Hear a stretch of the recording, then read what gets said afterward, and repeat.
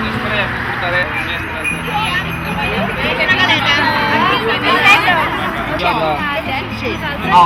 Ara és que anirem a veure el mestre Traginer i ara ens anirem tots cap allà. He de portar l'aprenent al mestre. Adéu, Nostra Senyora! Amén! Ara el mestre Traginer, perquè no és una feina només de... Aquí està la pobra vídua del Batalla. Les de forats i de pedra.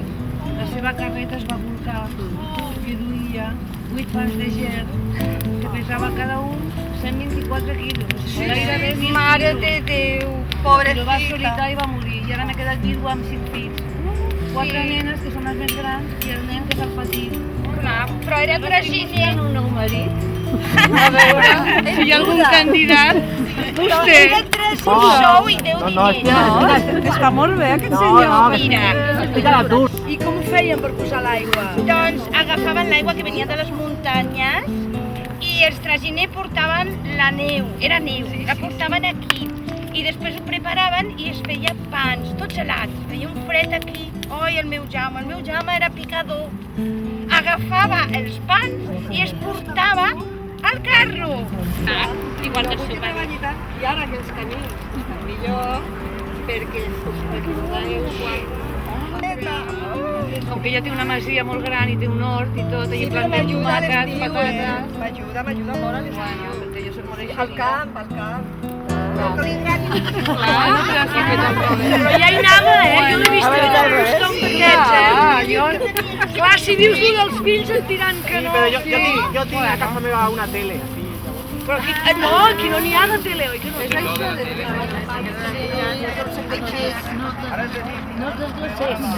Aquesta petita era de glaç que van patir el 1580, va durar 40 anys. Després van tenir uns 40 anys que no hi havia tanta fred, no? I es va repetir un altre cop, entre 40 anys, tota la comarca tenia molt treball amb això del gel. Només... Ah, també.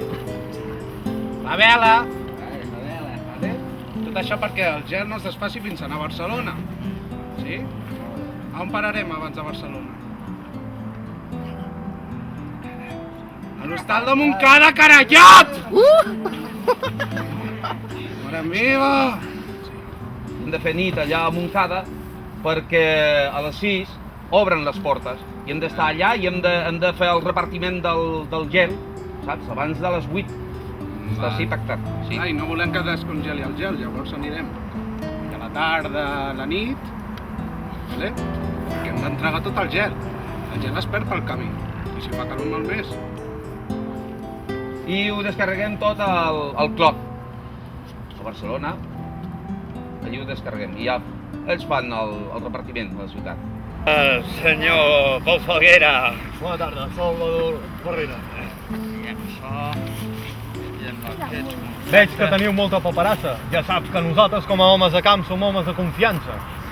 Sí, no ho dubto pas, senyor Falguera, però sàpiga que la companyia de Neu i Glas de Barcelona, a qui tinc arrendat l'ús i l'abastiment del glaç per a ciutat, ho vol tot en estat de revista. Bueno, reunits a la Vila de Lliçà de Vall el dia del 18 de desembre del 1764, d'una part el senyor notari Barrera i d'altra el pagès de Montmeló, el senyor Pau Falguera, acorden que pel que fa a les feines pròpies del seu ofici, que també és el de mestre picador de glaç, que el senyor Pau Falguera s'encarregarà de empouar, recollida de glaç produït a les basses omplertes amb l'aigua del riu Tenes. Però un moment, el pou de glaç té un bon desguàs? El millor de tots que pot trobar vostè. No puc treballar amb aquestes condicions. No es preocupis, si poden menjar sopes a dins. Bueno, també, en tasques d'empouar, s'hauran de fer pams de glaç de 3 voltes i 2 picades. D'acord. Després, distribuir els pams de glaç per dins del pou. D'acord. Tenim boll i fanàs suficient? Tot el que vulgui, senyor Falguera, no s'ha de preocupar d'aquest tema, tot el tindrà. D'acord. De Sant Pauà, treure el glaç en temps de calor dels mesos d'abril a octubre. Si en cas de setges o pestes que obliguin a tancar les portes de ciutat, el nostre contracte quedarà en suspensió fins a la situació es normalitzi. D'acord, cap problema. Pous de 300, 400 càrregues